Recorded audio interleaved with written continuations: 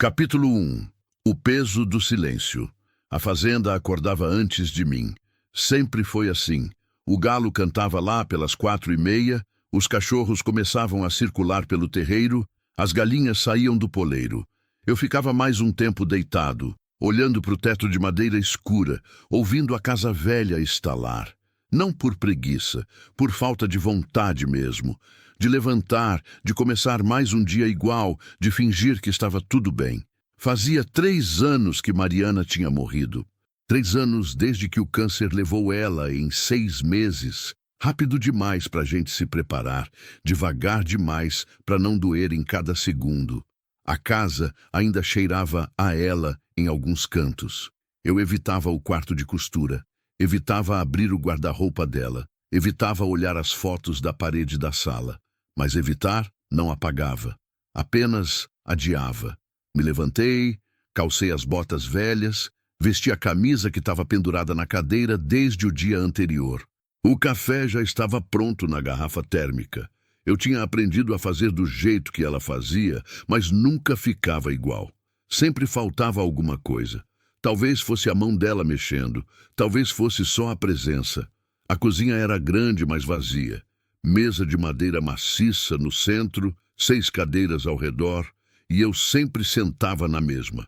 A dela ficava vazia, não por romantismo, apenas porque sentar ali parecia errado, como profanar algo sagrado. Tomei o café olhando pela janela. O sol começava a clarear o horizonte, pintando o céu de laranja e rosa por cima das cercas. A fazenda ficava no interior de Goiás, entre Pirenópolis e Corumbá de Goiás, numa região de cerrado fechado, terra vermelha e estradas de chão batido que viravam lama na chuva e levantavam poeira na seca. Eram 240 alqueires de pasto, gado Nelore, algumas cabeças de girolando para leite e uma solidão do tamanho do horizonte. Terminei o café, lavei a caneca, deixei secar no escorredor. Fui até o banheiro, molhei o rosto, olhei para o espelho. 52 anos, cabelo grisalho nas têmporas, barba por fazer, olheiras fundas. Um homem cansado olhando de volta. Um homem que tinha desistido de cuidar de si. Porque para quê? Para quem? Saí para o terreiro. O cheiro de terra quente já subia do chão, misturado com o aroma de capim e esterco. Os peões já estavam na lida.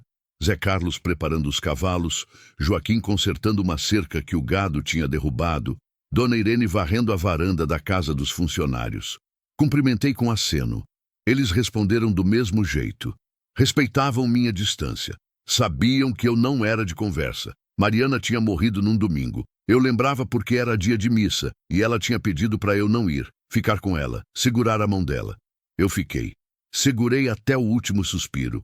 Depois disso, nunca mais entrei numa igreja. Não por raiva de Deus, por raiva de mim, por não ter percebido antes os sinais, por não ter insistido mais nos exames, por ter deixado o trabalho comer o tempo que podia ser dela. Montei no cavalo e segui para vistoriar o Pasto Norte. Era longe, coisa de 1 hora de cavalgada, mas eu gostava. O silêncio da mata, o barulho dos cascos na terra, o vento nos galhos secos. Ali eu não precisava fingir. Ali eu podia ser o que era. Um homem quebrado, empurrando os dias com a barriga, sem saber direito para quê. Enquanto cavalgava, lembrei da última briga que tivemos. Bobagem. Eu tinha esquecido de buscar o remédio dela na cidade. Ela ficou magoada, não brava. Magoada era pior. Porque vinha com aquele olhar de decepção que cortava mais fundo que qualquer grito. Eu pedi desculpa. Fui buscar no outro dia. Mas o tempo perdido nunca voltou. No pasto, o gado estava tranquilo. Contei as cabeças, verifiquei o bebedouro, olhei se tinha algum bicho mancando. Tudo certo. Tudo sempre certo. A fazenda funcionava. A vida seguia. Só eu que tinha parado por dentro. Voltei no meio da tarde, com o sol já baixando e a poeira dourada no ar. Dona Irene tinha deixado comida pronta na cozinha. Arroz, feijão, bife acebolado, farofa. Comi sozinho, em silêncio, ouvindo o relógio de parede marcar as horas. Depois lavei o prato, deixei secar, fui pro alpendre. Sentei na cadeira de balanço que Mariana adorava. Acendi um cigarro, coisa que eu tinha voltado a fazer depois que ela morreu, e fiquei olhando a noite chegar. As cigarras começaram a cantar. Os grilos responderam. A lua apareceu cheia e branca, iluminando o terreiro como um fantasma prateado. Ali, naquele silêncio, eu me sentia mais perto dela, como se a ausência fosse uma forma de presença, como se o vazio tivesse peso, como se a dor fosse a única prova de que o amor tinha sido real. Apaguei o cigarro no cinzeiro velho de barro. Levantei devagar, entrei em casa, tranquei a porta. Fui pro quarto, deitei na cama, do meu lado, como sempre. O lado dela continuava intocado. O travesseiro ainda tinha a fronha que ela tinha bordado. Eu nunca troquei. Fechei os olhos, tentei dormir, mas sabia que ia demorar, porque na roça o silêncio também grita, e o meu gritava o nome dela todas as noites. Quer que eu continue com o capítulo 2? Continue e alongue o próximo 20.40. Capítulo 2. O encontro que rachou o chão. Acordei antes do galo, como sempre. O corpo já não esperava mais o descanso completo. Dormia em pedaços, acordava no meio da madrugada, voltava a cochilar, acordava de novo. Era como se o sono também tivesse desistido de mim. Me levantei, calcei as botas, vesti a mesma camisa do dia anterior. Na cozinha preparei o café, sentei na mesma cadeira, olhei a mesma janela. A rotina era minha prisão e meu refúgio ao mesmo tempo. Naquela manhã, eu tinha que ir até Corumbá de Goiás buscar ração para o gado e uma peça da bomba do poço que tinha quebrado. Não era viagem que eu gostava.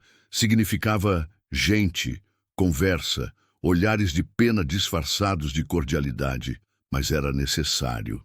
Terminei o café, vesti o chapéu de couro, peguei as chaves da caminhonete velha, uma Ford F1000 azul marinho que tinha mais de 20 anos de estrada e ainda rodava firme.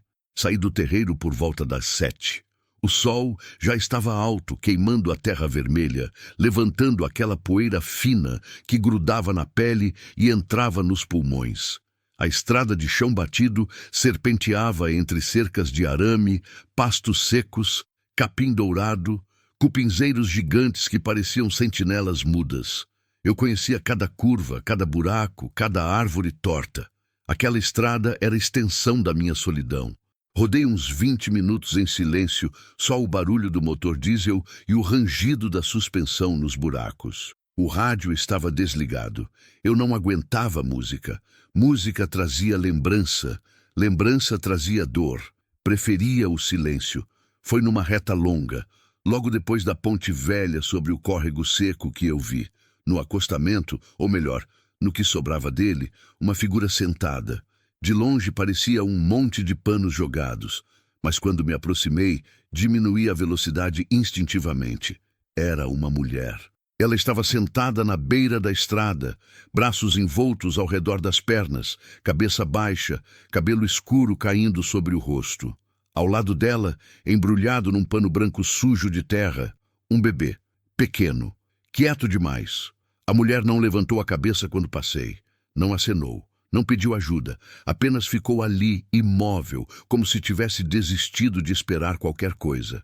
Passei, segui uns 100 metros, olhei pelo retrovisor. Ela continuava na mesma posição. Algo dentro de mim travou. Uma voz que eu não ouvia há tempos. A voz de Mariana, talvez. Ou a voz da consciência que eu tinha enterrado junto com ela. Pisei no freio. A caminhonete parou levantando poeira. Fiquei parado ali, mãos no volante, coração batendo mais forte do que deveria. Podia seguir. Podia fingir que não vi. Podia pensar que alguém ia passar e ajudar. Mas eu sabia. Naquela estrada, às vezes passava um carro por hora.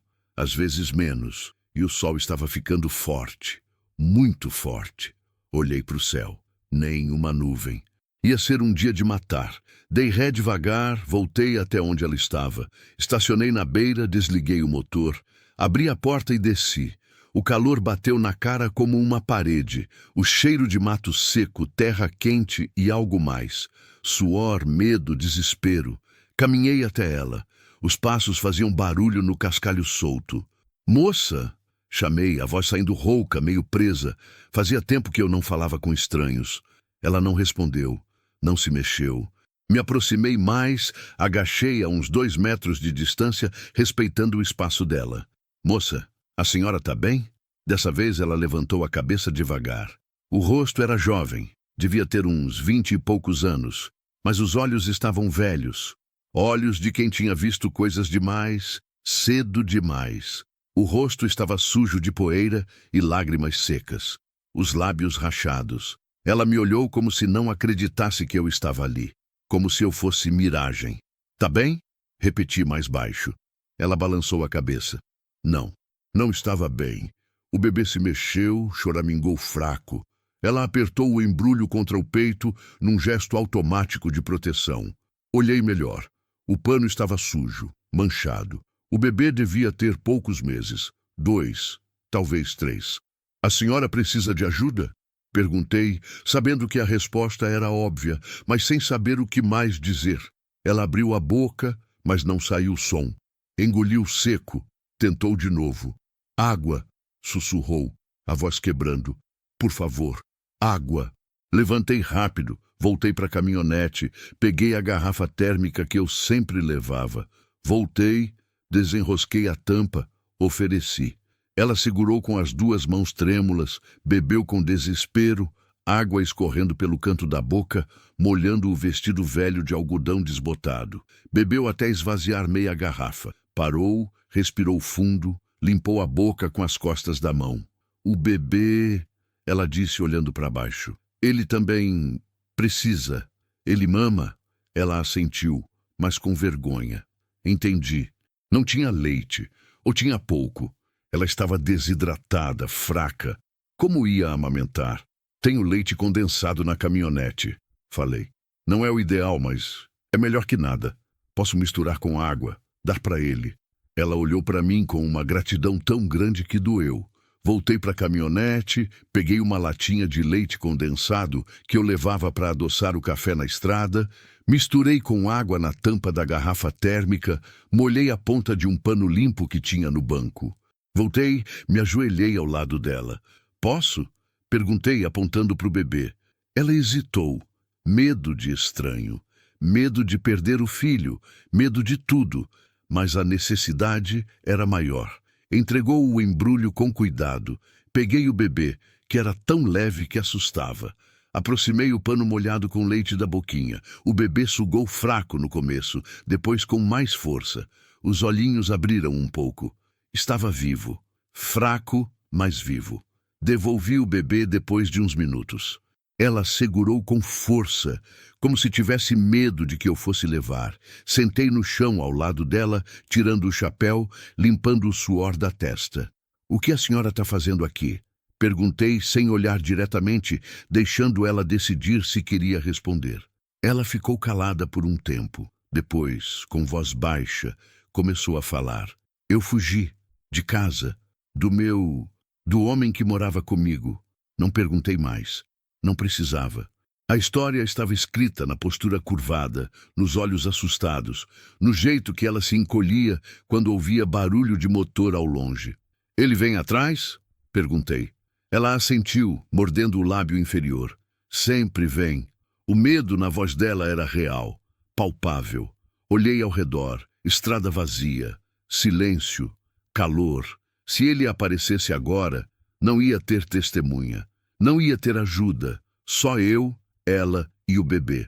A senhora tem família? Alguém que possa ajudar? Ela balançou a cabeça.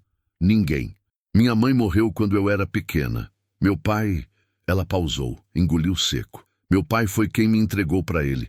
Disse que era para eu ter uma vida melhor. Uma vida melhor.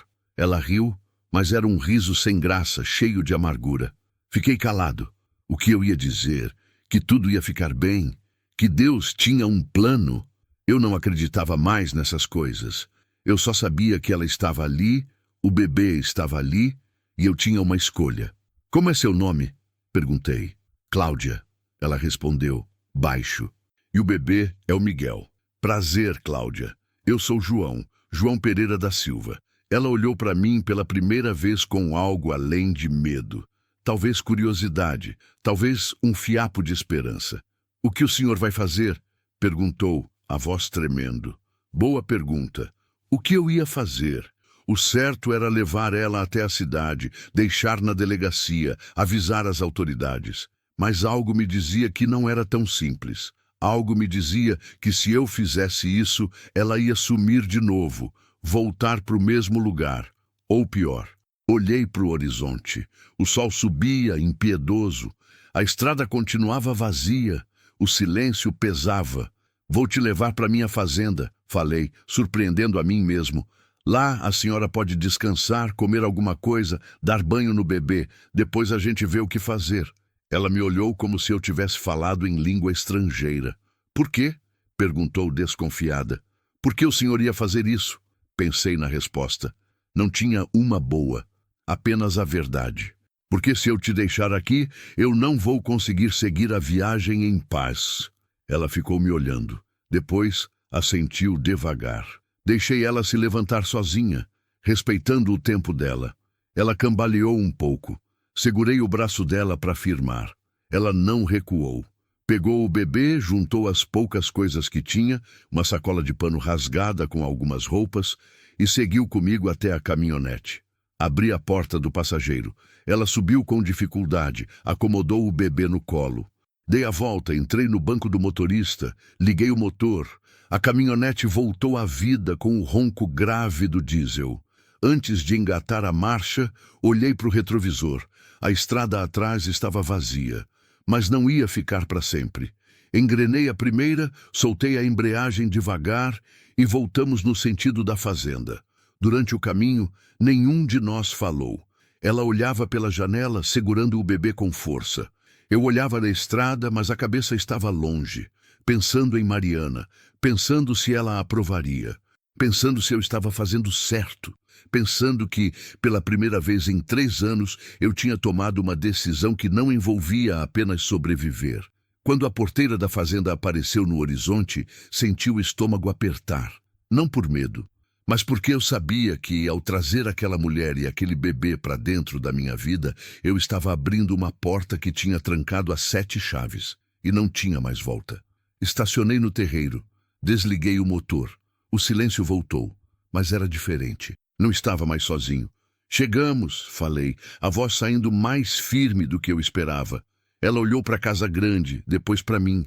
Obrigada, sussurrou, e havia tanta coisa naquele obrigada que meu peito apertou.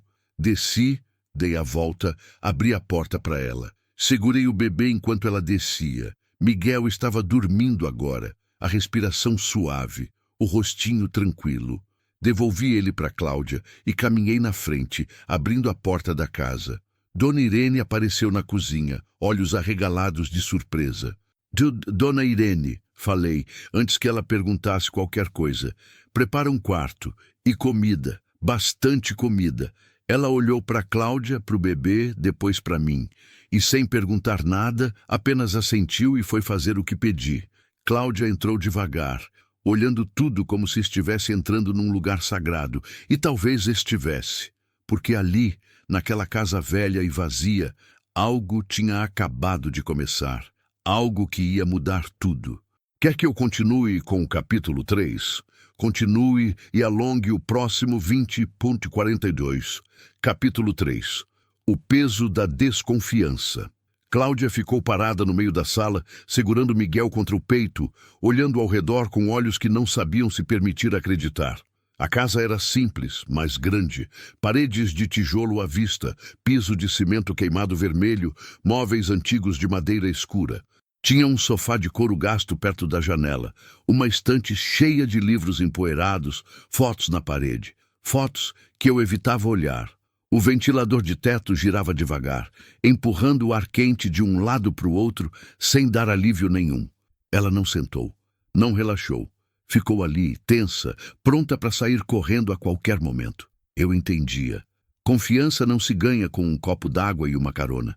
Confiança se constrói devagar, tijolo por tijolo, gesto por gesto. Dona Irene voltou da cozinha limpando as mãos no avental. Era uma mulher de uns 60 anos, baixinha, forte, com cabelo grisalho preso num coque apertado.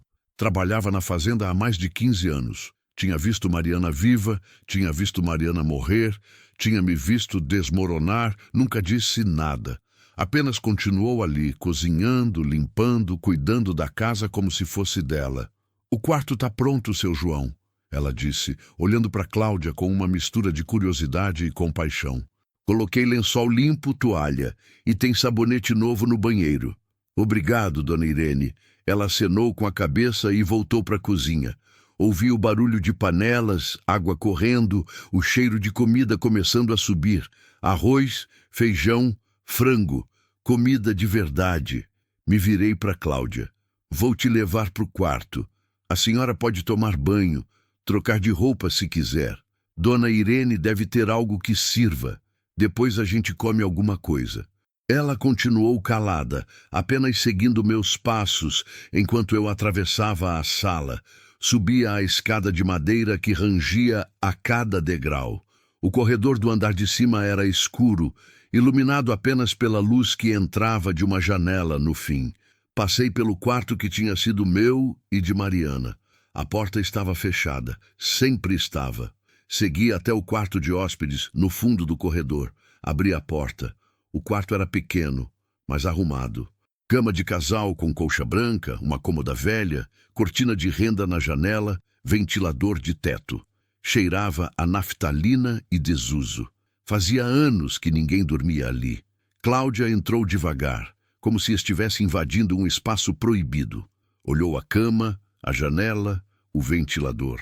Depois olhou para mim, e havia algo nos olhos dela que eu não conseguia decifrar. Medo ainda, mas também algo parecido com alívio, ou talvez confusão, ou ambos. "Ah, pode ficar à vontade", falei, dando um passo para trás, mostrando que não ia entrar. "O banheiro é aquele ali." Apontei para a porta ao lado. "Tem água quente, toalha limpa, sabonete. Se precisar de alguma coisa, é só descer e pedir para Dona Irene." Ela assentiu, mas não disse nada. Miguel começou a choramingar baixinho. Ela balançou ele no colo, murmurando palavras que eu não conseguia ouvir. "Vou deixar vocês descansarem", falei, e me virei para sair. "Senhor João", ela chamou, a voz saindo fraca, quase um sussurro. Parei, olhei para trás. "O senhor não precisa fazer isso", ela disse, olhos marejados. "Eu não tenho como pagar. Não tenho nada, nada mesmo." Fiquei parado ali, de pé, no batente da porta, procurando as palavras certas. Não encontrei. Apenas falei o que sentia. "Não tô pedindo pagamento, moça. Só tô fazendo o que qualquer pessoa deveria fazer." Ela balançou a cabeça devagar, como se não acreditasse que pessoas assim ainda existiam. Desci as escadas, voltei para a cozinha. Dona Irene estava temperando o frango, o óleo chiando na panela, o cheiro enchendo a casa. Ela olhou para mim de soslaio, mas não falou nada. Peguei um copo, enchi de água da jarra gelada na geladeira, bebi tudo de uma vez. A garganta ainda estava seca. "Ela está muito assustada", Dona Irene disse, sem parar de mexer a comida. "Parece bicho acuado." "É, concordei, encostando na bancada. Fugiu de alguém. Do marido. Não sei se era marido, mas era alguém que fazia mal para ela."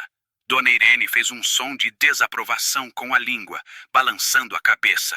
"Tem cada homem nesse mundo, meu Deus. Cada um." Fiquei ali, observando ela cozinhar. Tinha algo reconfortante naquilo. O barulho das panelas, o cheiro da comida, o vapor subindo. Fazia a casa parecer viva de novo. Fazia parecer que tinha propósito. "O senhor fez certo em trazer ela", Dona Irene disse, como se estivesse lendo meus pensamentos. Dona Mariana ia gostar de saber. O nome dela caiu na cozinha como uma pedra n'água. Ficou ali, ecoando. Não respondi. Apenas assenti e saí. Fui até o alpendre, sentei na cadeira de balanço. Acendi um cigarro, mesmo sendo meio-dia e o sol queimando alto. Olhei o terreiro. Os peões trabalhavam ao longe. Zé Carlos consertava uma porteira quebrada. Joaquim levava sal para os coxos do pasto. A vida seguia como sempre, mas dentro de mim algo tinha mudado. Fiquei ali por um tempo, fumando, pensando em Cláudia lá em cima, tomando banho, segurando o filho, tentando acreditar que estava segura, pensando se eu tinha feito certo, pensando no que ia acontecer quando o homem que ela tinha fugido viesse procurar, porque ele ia vir. Homens assim sempre vêm. O cigarro queimou até o filtro. Apaguei no cinzeiro velho de barro, levantei, entrei na casa. O cheiro de comida estava mais forte agora. Dona Irene tinha colocado à mesa 4 pratos, talheres, copos. Ela me olhou. Chamei a moça para descer. Assenti. Sentei na minha cadeira de sempre. Esperei. Ouvi os passos na escada. Passos leves, hesitantes. Cláudia apareceu na porta da cozinha. Estava diferente. Tinha tomado banho. O cabelo estava limpo, preso num rabo de cavalo. Vestia uma roupa que devia ser de Dona Irene. Uma saia simples de algodão e uma blusa branca. As roupas estavam grandes nela. Ela era magra demais, ossos marcando a pele. Miguel estava limpo também, enrolado numa toalha macia, dormindo. Ela parou na porta, olhando a mesa posta, a comida fumegante. Depois, olhou para mim. Pode sentar, falei, apontando a cadeira do outro lado da mesa. Ela sentou devagar, acomodando Miguel no colo. Dona Irene começou a servir. Arroz, feijão, frango ensopado com batata e cenoura, farofa, salada de tomate com cebola. Comida simples. Comida de fazenda. Mas era farta, era quente, era feita com cuidado. Cláudia olhou o prato como se fosse miragem. As mãos tremiam quando pegou o garfo. Começou a comer devagar, mastigando com cuidado, como se tivesse medo de que a comida fosse sumir. Depois, começou a comer mais rápido, com fome. Fome de verdade, fome de quem tinha pulado refeições demais. Eu comi também, mas sem sentir o gosto. Apenas empurrando a comida, observando ela. Dona Irene sentou com a gente, comendo em silêncio, mas olhando Cláudia de vez em quando, com aquele jeito maternal que ela tinha. Ninguém falou durante a refeição. Apenas o som dos talheres, o ventilador girando, Miguel respirando suave no colo da mãe. Quando terminamos, Dona Irene recolheu os pratos. Cláudia se ofereceu para ajudar, mas Dona Irene recusou com um gesto firme. A senhora descansa, precisa recuperar as forças. Cláudia assentiu, voltando a sentar. Ficamos ali, os dois, um de cada lado da mesa. O silêncio era estranho. Não confortável, mas também não completamente desconfortável. Posso perguntar uma coisa? Ela disse, quebrando o silêncio. Pode. Por que o senhor está fazendo isso? De verdade. Ninguém ajuda estranho assim, não hoje em dia. Respirei fundo. Olhei para a janela, para o terreiro lá fora, para o sol batendo na terra vermelha. Por quê? Comecei, procurando as palavras. Porque eu sei o que é carregar um peso sozinho. Sei o que é estar sozinho no mundo. E eu aprendi que, às vezes, a única coisa que separa a gente da destruição completa é uma mão estendida, mesmo que seja de um estranho. Ela ficou me olhando. Os olhos encheram d'água, mas ela não deixou cair. Apenas assentiu, apertando Miguel contra o peito. Ele vai vir atrás de mim, ela disse, a voz saindo baixa, carregada de medo. O Reginaldo, ele não desiste, nunca desiste. Quantas vezes a senhora fugiu antes? Ela baixou a cabeça. 3. E toda vez ele me achou. Toda vez foi pior. O estômago apertou. Imaginei o que era pior. Não quis perguntar. Ele sabe que a senhora veio para esse lado? Não. Eu peguei carona com um caminhoneiro até Pirenópolis. Depois andei. Muito. Dei voltas. Peguei outra carona até não sei onde. Depois desci e continuei andando. Eu nem sei direito onde eu tô. A senhora está perto de Corumbá de Goiás, interior de Goiás, longe de tudo. Ela pareceu processar isso. Depois olhou para mim, os olhos fundos, cansados. Mas ele vai achar, sempre acha.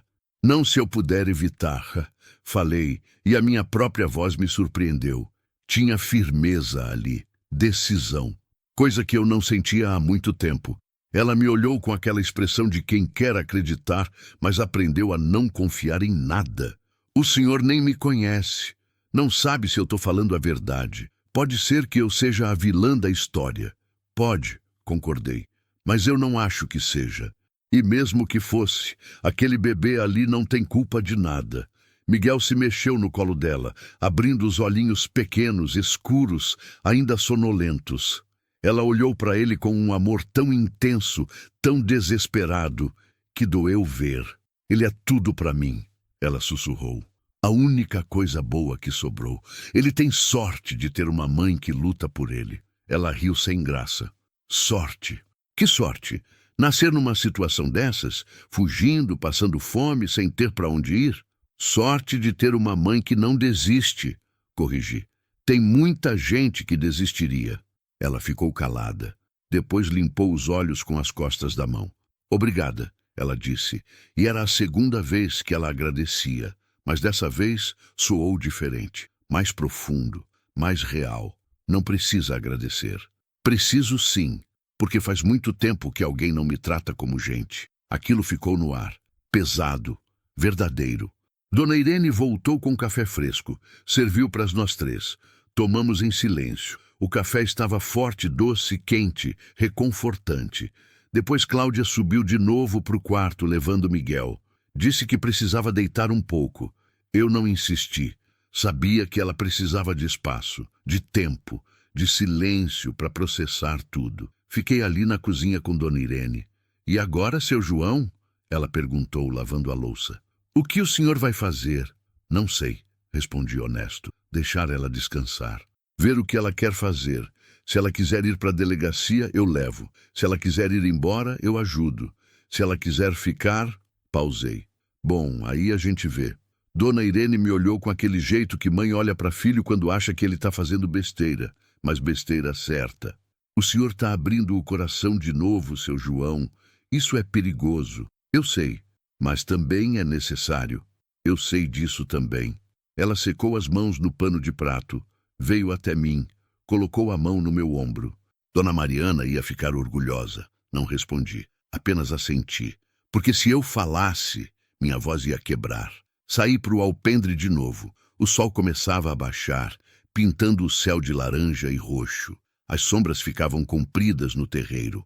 Os pássaros começavam a cantar o canto de fim de tarde. A fazenda inteira parecia respirar fundo antes da noite chegar.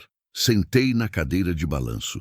Não acendi cigarro dessa vez. Apenas fiquei ali, olhando o horizonte, pensando em tudo e em nada. Lá dentro, no quarto do andar de cima, Cláudia devia estar deitada, segurando Miguel, tentando acreditar que pela primeira vez em muito tempo ela estava segura. Mas eu sabia a verdade. Segurança era temporária. Reginaldo ia vir. Homens assim sempre vêm. E quando ele viesse, eu ia ter que decidir até onde eu estava disposto a ir para proteger uma estranha e um bebê que não eram meus. A resposta assustava. Porque pela primeira vez em 3 anos, eu sentia que tinha algo pelo que valia a pena lutar. E isso mudava tudo. Quer que eu continue com o capítulo 4? Continue e alongue o próximo 2044, capítulo 4, quando a tempestade se anuncia. Os 3 dias seguintes passaram numa quietude estranha. Cláudia não saía muito do quarto, descia para comer, sempre em silêncio, sempre segurando Miguel como se ele fosse escapar a qualquer momento. Dona Irene levava comida para o quarto quando ela não descia. Leite morno, pão com manteiga, frutas, Cláudia comia tudo. O corpo dela estava se recuperando devagar. As olheiras diminuíram. A pele ganhou um pouco mais de cor, mas os olhos continuavam assustados, sempre olhando para a porta. Sempre esperando que alguém entrasse. Eu mantinha distância, não por falta de vontade de ajudar, mas porque sabia que ela precisava de espaço. Confiança não se força. Ou nasce naturalmente, ou não nasce. Continuei minha rotina. Acordava cedo, tomava café, saía para a lida na fazenda, verificava o gado, consertava cercas, conversava pouco com os peões. Voltava no fim da tarde, sujo de terra e suor, tomava banho, jantava. Depois sentava no alpendre até a noite engolir tudo. Na terceira noite ela desceu sozinha, sem o bebê. Dona Irene já tinha ido embora para a casinha dela nos fundos. Eu estava no alpendre, como sempre, olhando o nada. Ouvi a porta ranger. Me virei. Cláudia estava ali, descalça, vestindo um dos vestidos velhos que Dona Irene tinha arrumado para ela, os braços cruzados sobre o peito, mesmo com o calor. "Posso sentar?" ela perguntou, a voz baixa. Claro, ela sentou na cadeira ao lado, a que Mariana usava. Não senti ciúme nem dor, apenas um vazio diferente, como se aquela cadeira estivesse esperando ser ocupada de novo. Ficamos em silêncio por um tempo. As cigarras cantavam alto. A lua estava crescente, fina, iluminando pouco. As estrelas brilhavam sem pressa. "Miguel tá dormindo", ela disse, quebrando o silêncio. "É bom. Ele precisa descansar. Ele tá melhor, muito melhor. Tá comendo bem, chorando menos." Assenti. Não sabia o que dizer. Conversa nunca tinha sido meu forte. "O senhor perdeu alguém", ela disse de repente. Não era pergunta, era afirmação. Olhei para ela. Ela estava olhando para o horizonte, não para mim. "Perdeu", confirmei. "Quem?" "Minha esposa, Mariana, faz 3 anos. "Como?" "Câncer. Rápido demais para a gente fazer qualquer coisa." Ela ficou quieta. Depois assentiu devagar, como se isso explicasse muita coisa. "Por isso a casa é tão vazia." "É, por isso o senhor anda com aquele peso nas costas." Não respondi. Não precisava. "Eu também perdi alguém", ela disse, a voz ficando mais baixa. "Minha mãe, quando eu tinha 10 anos. Ela morreu no parto. O bebê morreu também. Sinto muito. Foi depois disso que tudo ficou ruim. Meu pai, ele mudou. Começou a beber. Perdeu o emprego. Ficava bravo por qualquer coisa. E eu me tornei um peso." Olhei para ela. O perfil dela contra a lua crescente. Jovem demais para ter tanta cicatriz. "Quando eu fiz 16, ele me entregou para o Reginaldo. Disse que era um bom homem, que ia cuidar de mim, que ia me dar uma vida melhor do que ele podia dar. Eu acreditei. Eu era boba, muito boba. A senhora era criança." "Era, mas aprendi rápido a não ser." Ela puxou os joelhos para o peito, abraçando as próprias pernas, se fazendo pequena na cadeira. "No começo ele era tolerável. Não era carinhoso, mas também não era ruim. Me dava comida, roupa, um lugar para dormir. Eu achava que era assim que casamento funcionava. Mas depois ele começou a beber também. E quando bebia, ficava diferente. Não perguntei como, não precisava. Eu fugi a primeira vez quando descobri que estava grávida. Achei que ia ser diferente, que ele ia mudar. Mas quando ele me achou, foi pior, muito pior. Ele disse que o bebê era dele, que eu não tinha direito de sair, que se eu fugisse de novo, ele matava a criança na minha frente. As mãos dela tremiam. Eu vi no reflexo da lua. Mas eu não aguentei, não consegui. Todo dia era um inferno. Ele me xingava, me batia, dizia que eu não prestava, que o bebê ia nascer igual a mim, fraco, inútil. Eu só queria proteger o Miguel, só isso. Só queria que ele tivesse uma chance. E a voz dela quebrou no final. Não chorou, mas estava perto. Fiquei calado, porque não tinha palavra certa, não tinha consolo que chegasse perto de apagar aquilo.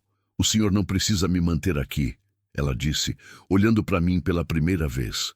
"Eu sei que eu estou trazendo problema, eu sei que ele vai achar, sempre acha, e quando achar, vai ser perigoso. Para o senhor, para Dona Irene, para todo mundo. E para onde a senhora vai?" Ela ficou calada, olhou para o horizonte de novo. "Não sei, mas não quero trazer desgraça para quem está me ajudando." "A senhora já trouxe alguma coisa", falei, e ela olhou para mim assustada. "Trouxe barulho, movimento, comida na mesa com mais de uma pessoa, uma razão para acordar de manhã que não seja só continuar respirando." Ela me olhou como se eu tivesse falado em código. "O senhor está falando sério?" "Tô. Faz 3 anos que essa casa está morta. 3 anos que eu tô morto por dentro. E de repente tem uma mãe e um bebê no quarto de cima. Tem barulho de choro de madrugada, tem roupa no varal, tem vida. Pode não parecer muito, mas para mim é tudo." Ela ficou me encarando, os olhos brilhando, não de lágrima, de algo mais profundo. Compreensão, talvez. Eu não sei o que dizer. Não precisa dizer nada, só precisa aceitar que enquanto a senhora estiver aqui, tá segura. E se esse Reginaldo aparecer... Pausei, sentindo algo endurecer dentro de mim. Ele vai ter que passar por cima de mim. Ela soltou um suspiro longo, trêmulo. Depois assentiu devagar. Obrigada, seu João. De verdade, obrigada. Ficamos ali mais um tempo em silêncio. Não era desconfortável. Era quase pacífico. Como se dois náufragos tivessem encontrado a mesma tábua no meio do oceano. Depois ela se levantou, disse boa noite, voltou para dentro. Eu fiquei ali, acendi um cigarro, fumei devagar, olhando as estrelas, pensando em Mariana, pensando se ela estaria orgulhosa ou decepcionada, pensando se eu estava fazendo certo ou me enfiando num buraco sem saída. A resposta não veio, nunca vinha. No quarto dia, acordei com o céu carregado, nuvens escuras, baixas, pesadas. O ar estava abafado, grudento, cheiro de chuva no vento, temporal se anunciando. Tomei café rápido, saí para o terreiro. Zé Carlos já estava fechando as porteiras, juntando ferramentas, prendendo o que podia voar. Vai cair o mundo, seu João, ele disse olhando para o céu. Coisa feia. Quanto tempo? Ele chupou o dedo, levantou para o vento, costume antigo de quem entende de tempo. 1 hora, talvez menos. Assenti. Voltei para casa, avisei Dona Irene para fechar as janelas, trancar tudo. Ela já estava fazendo isso. Subi as escadas, bati na porta do quarto de Cláudia. Ela abriu, segurando Miguel. Vai ter temporal, avisei. Forte. Não se assuste com o barulho. Ela olhou pela janela, viu as nuvens. Tá bem. Fechei a porta, desci. Fui até o alpendre, sentei, esperei. O vento começou a soprar mais forte. As árvores balançavam. A poeira subia em redemoinhos. Os pássaros sumiram. O céu ficou quase preto. E então começou. Não foi aos poucos. Foi de uma vez. Um temporal violento, daqueles que só o cerrado brasileiro conhece. Chuva grossa, pesada, batendo no telhado como tambor de guerra. Raios rasgando o céu, iluminando tudo em flashes brancos e azuis. Trovões que faziam a casa tremer. O vento uivava, arrancando folhas, galhos, tudo que não estava preso. Fiquei ali, olhando. Tinha algo de purificador naquilo, como se o céu estivesse lavando a terra. Lavando a dor, lavando a sujeira, mas sabia que era ilusão. Quando a chuva passasse, tudo ia continuar igual. Foi no meio do temporal que ouvi o barulho. Motor de carro, vindo da estrada. Me levantei tenso. Ninguém subia até a fazenda em temporal. Ninguém, a não ser que tivesse uma razão muito forte. O carro apareceu. Uma caminhonete velha, enferrujada, barulhenta. Parou no meio do terreiro, debaixo da chuva. A porta abriu. Um homem desceu, alto, magro, ombros largos, chapéu de couro na cabeça, capa de chuva amarela. Mas mesmo de longe, mesmo com a chuva, eu vi o jeito que ele se movia, agressivo, confiante, perigoso. Ele olhou para casa. Depois começou a caminhar para o alpendre. Meu coração acelerou, as mãos fecharam em punhos, porque eu sabia quem era, sabia o que ele queria. Reginaldo tinha chegado.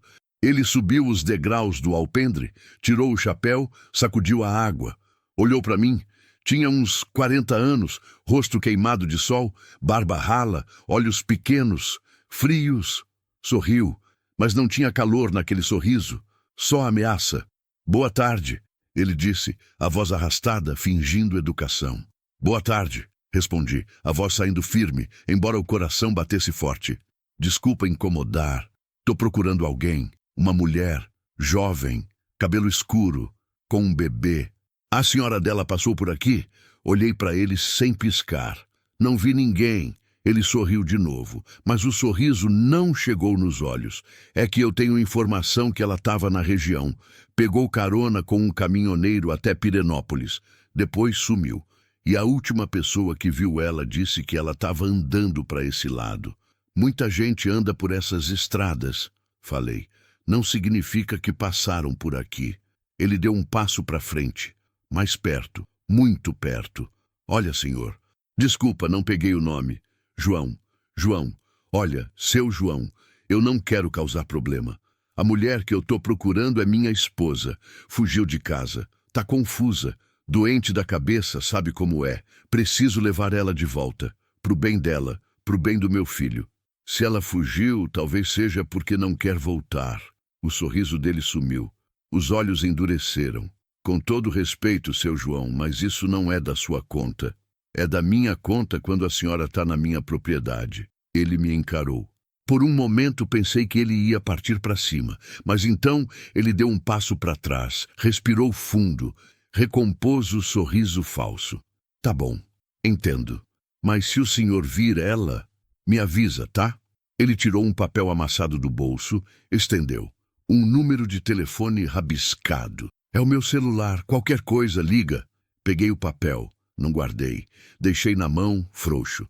Ele colocou o chapéu de volta, olhou para casa, demorou o olhar nas janelas do andar de cima. Depois, olhou para mim de novo. Bonita fazenda, deve ser perigoso morar aqui sozinho.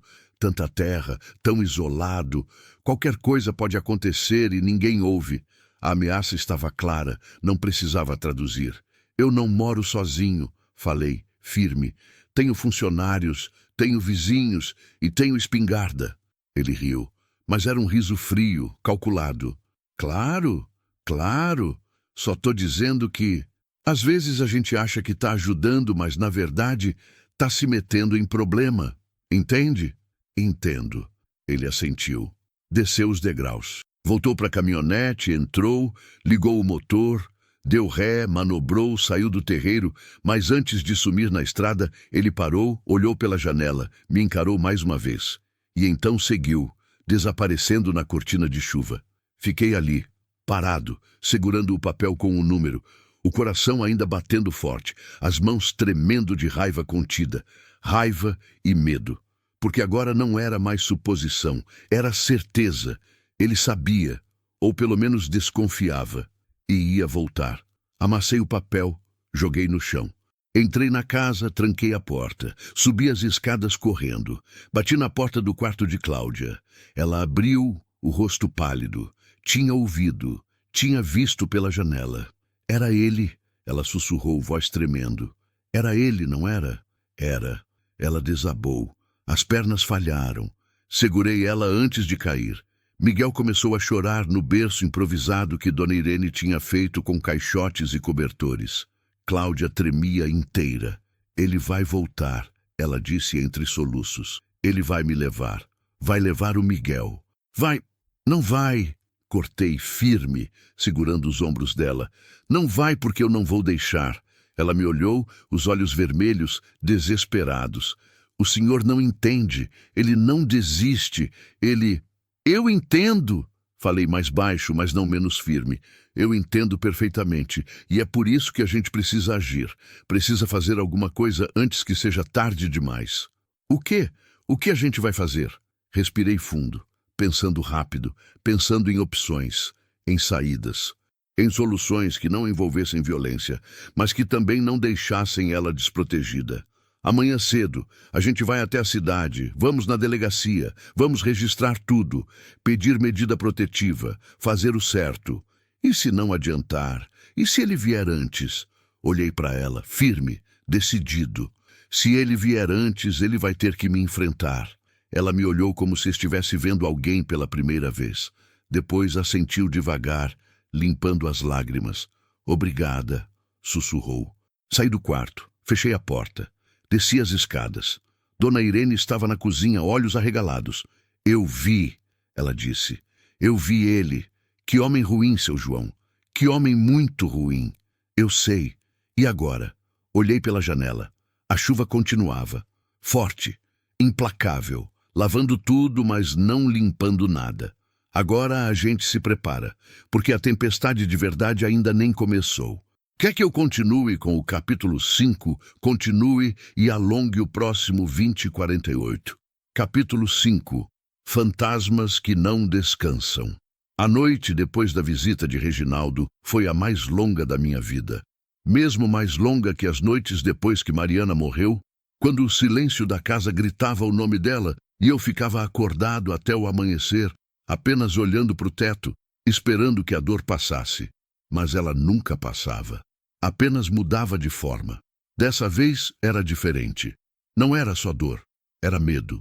Medo real, concreto, que tinha rosto e nome. Reginaldo. O jeito que ele tinha olhado para casa. O jeito que tinha feito aquela ameaça velada sobre a fazenda ser isolada, perigosa. Ele não tinha vindo só procurar.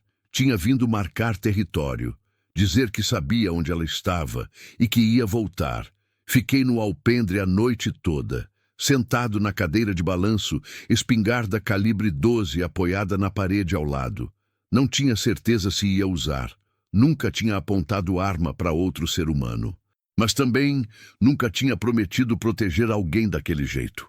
E promessa é promessa, mesmo quando feita em silêncio, mesmo quando ninguém pediu. A chuva passou por volta da meia-noite. O céu abriu, as estrelas voltaram, a lua crescente iluminava o terreiro enlameado. Os grilos cantavam, as cigarras respondiam. Tudo parecia pacífico. Mas paz era ilusão. Eu sabia disso agora. Paz era só o intervalo entre uma tempestade e outra. Por volta das 3 da manhã, ouvi passos leves na escada. Me virei. Cláudia desceu devagar, descalça, vestindo uma camisola simples que Dona Irene tinha dado. Carregava Miguel dormindo no colo, enrolado numa manta. Ela parou na porta, me viu ali com a espingarda ao lado. Não consegui dormir, ela disse, voz baixa para não acordar o bebê. Eu também não. Ela veio até o alpendre, sentou na outra cadeira. Miguel respirava suave, alheio a tudo. A inocência dele era quase dolorosa de ver. O senhor acha que ele volta hoje? Ela perguntou, olhando para o portão da fazenda, como se Reginaldo pudesse aparecer a qualquer momento. Não sei. Talvez. Talvez ele esteja esperando, planejando. Ele sempre planeja. Nunca faz nada por impulso. É calculista, frio. Ela pausou, engoliu seco. Ele gosta de esperar. Gosta de ver a gente sofrer de medo antes de agir. Isso é tortura psicológica. É, e ele é muito bom nisso. Ficamos em silêncio. O vento balançava as árvores. O cheiro de terra molhada subia do chão. Tinha algo de reconfortante naquele cheiro, como se a terra estivesse dizendo que não importa o que acontecesse, ela continuaria ali, firme, eterna. Por que o senhor nunca se casou de novo? Cláudia perguntou de repente, olhando para mim pela primeira vez. A pergunta me pegou de surpresa. Não era algo que as pessoas perguntavam. Não diretamente, pelo menos. Porque comecei procurando as palavras. Porque eu não consigo imaginar outra pessoa no lugar dela. Seria injusto com a outra pessoa e com a memória dela. Mas o senhor sente falta? De companhia, de não estar sozinho? Todo dia, toda hora. Mas sentir falta não significa que eu consigo preencher o vazio com qualquer coisa. Algumas pessoas deixam um buraco do tamanho delas, e não tem nada que caiba nesse espaço. Ela assentiu devagar, como se entendesse. Talvez entendesse mesmo. Talvez ela também tivesse seus próprios buracos. Eu invejei o Senhor, ela disse, a voz saindo baixa, quase envergonhada. Quando vi as fotos dela na parede, o jeito que a casa inteira ainda cheira a ela, o jeito que o Senhor fala dela, eu invejei. Porque eu nunca tive isso. Nunca tive alguém que me amasse daquele jeito. A senhora teve sua mãe? Tive, mas perdi muito cedo. E depois só teve gente que me usava. Meu pai me via como fardo. Reginaldo me via como propriedade. Ninguém nunca me viu como pessoa. O peso daquelas palavras ficou no ar. Pesado, real, doloroso. Eu vejo, falei olhando para ela. Vejo uma mulher corajosa, uma mãe que fugiu 3 vezes, mesmo sabendo que podia ser pior. Uma pessoa que prefere dormir na beira da estrada, passar fome, do que ficar num lugar onde não é respeitada. Isso não é fraqueza, isso é força. Os olhos dela encheram de lágrimas. Ela tentou segurar, mas não conseguiu. Começou a chorar em silêncio, lágrimas escorrendo pelo rosto, brilhando na luz da lua. Não fez barulho, apenas chorou, como se estivesse soltando tudo que tinha segurado por tempo demais. Não falei nada, apenas deixei, Porque às vezes a única coisa que a gente pode fazer por alguém é testemunhar a dor, estar presente, não tentar consertar, só estar ali. Depois de um tempo, ela limpou o rosto com as costas da mão, fungou, respirou fundo. Desculpa. Não precisa pedir desculpa por chorar. Eu choro demais. O Reginaldo sempre dizia isso, que eu era chorona, fraca, que eu precisava endurecer. Chorar não é fraqueza. Chorar é ser humano. Ela me olhou com aquela expressão de quem está descobrindo algo novo, algo que deveria ser óbvio, mas que nunca ninguém tinha ensinado. Miguel se mexeu, choramingou baixinho. Cláudia ajeitou ele no colo, balançou devagar, murmurando palavras que eu não conseguia ouvir. Uma cantiga de ninar, talvez, ou apenas sons reconfortantes. O bebê se acalmou, voltou a dormir. Ele parece com você, comentei. Parece. Todo mundo diz isso, menos o Reginaldo. Ele diz que o Miguel não é dele, que eu dei para outro homem, que eu sou vagabunda. Ela engoliu seco. Mas é mentira. Só teve ele. Só teve ele a vida inteira, e mesmo assim ele não acredita. Porque não é sobre acreditar, é sobre controle. Enquanto ele te faz duvidar de si mesma, ele tem poder. Ela olhou para mim, surpresa. Como o senhor sabe tanto disso? Porque eu já vi. Minha irmã viveu algo parecido. Anos e anos com um homem que fazia ela acreditar que era louca, que não prestava, que ninguém mais ia querer ela. Quando ela finalmente saiu, ele a perseguiu. Durante meses, até que... Pausei. Respirei fundo, até que ela não aguentou mais. Ela se matou. Tinha 28 anos. O silêncio que caiu foi ensurdecedor. Cláudia me olhava com olhos arregalados, chocados, tristes. Eu sinto muito, muito mesmo. Eu também. Todo dia. Porque eu podia ter feito alguma coisa. Podia ter insistido mais. Podia ter tirado ela dali. Mas eu achei que não era problema meu. Achei que ela ia se resolver sozinha. E quando percebi, já era tarde. Não foi culpa do senhor. Eu sei. Na cabeça eu sei. Mas aqui, bati no peito. Aqui ainda dói. E é por isso que eu não vou deixar acontecer de novo. Não com a senhora. Não com o Miguel. Ela ficou me olhando e havia tanto naquele olhar. Gratidão, compreensão e algo mais. Algo que eu não conseguia nomear. Talvez fosse só a sensação de não estar sozinha pela primeira vez em muito tempo. O céu começou a clarear, aquele azul escuro virando azul claro, depois rosa, depois laranja.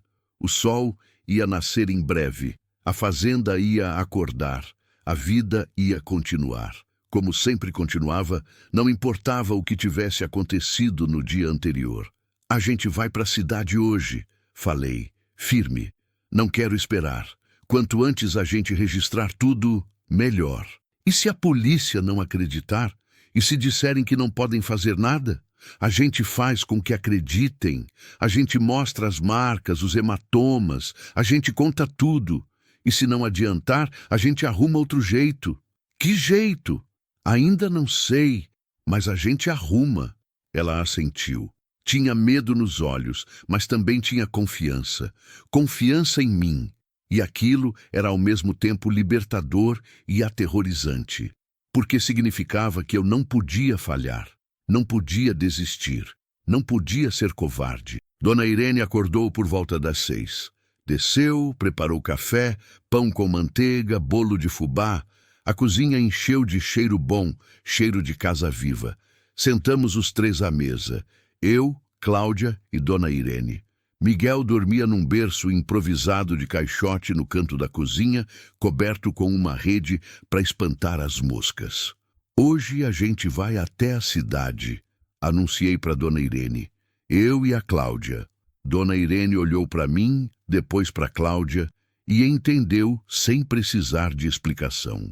Eu fico aqui cuidando do Miguel, ela disse firme. Não se preocupem, ninguém encosta nele. Cláudia hesitou. Mas e se... Ninguém encosta, Dona Irene repetiu, e havia uma firmeza naquela voz que não deixava espaço para dúvida. Eu criei 3 filhos sozinha, espantei cobra, escorpião e homem ruim. Não vai ser agora que eu vou deixar alguém fazer mal a uma criança. Cláudia relaxou um pouco. Assentiu.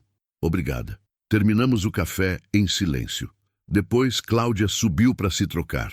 Dona Irene tinha arrumado uma roupa melhor para ela. Uma saia simples, uma blusa clara, um sapato fechado.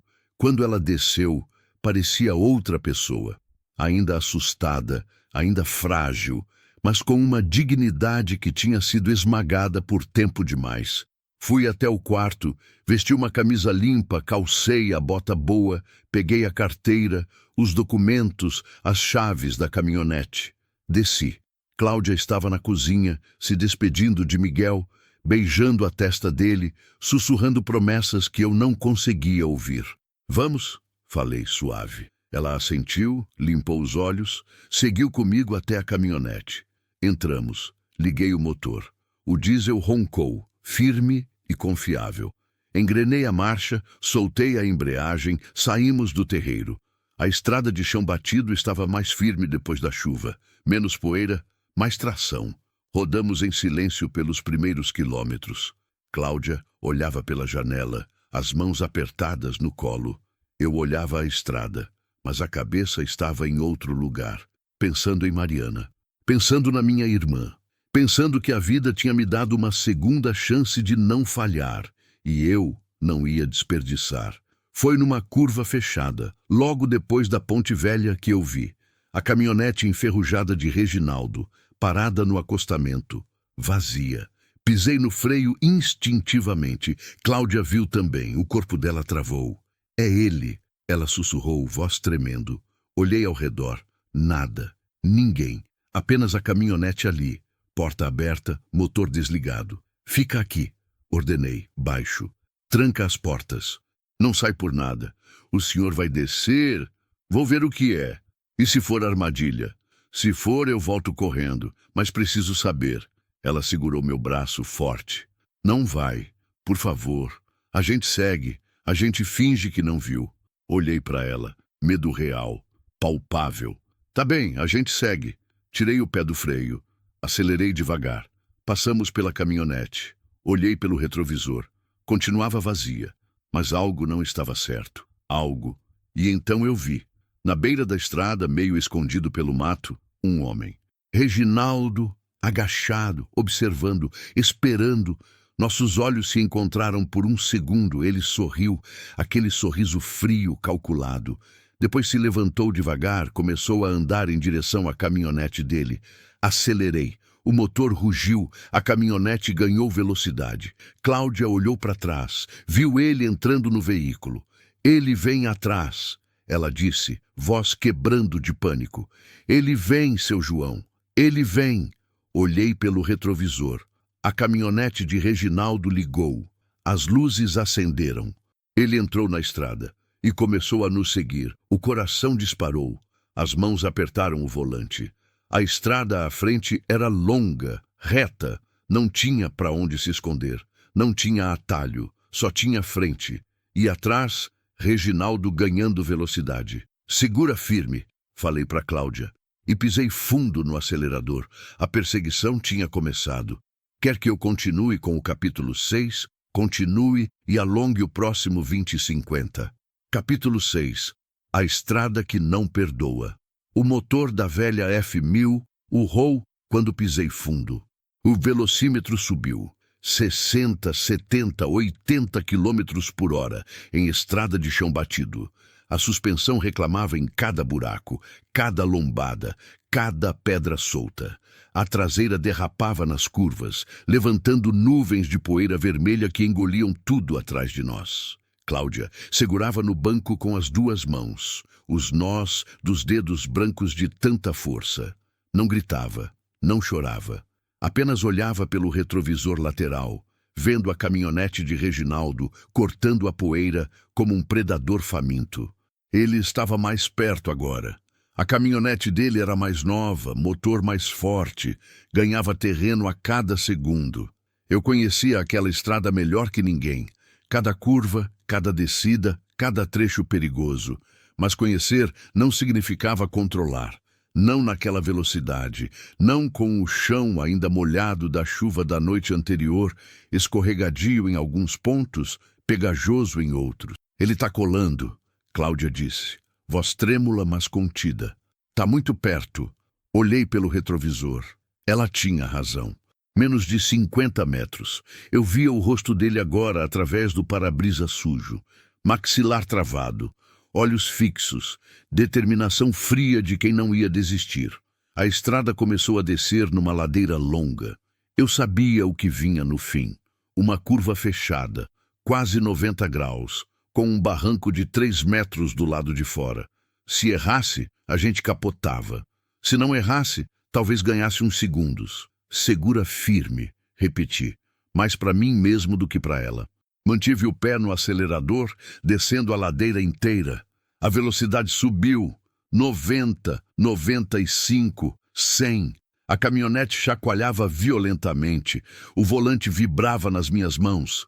Cláudia fechou os olhos, rezando baixinho, palavras que eu não conseguia distinguir.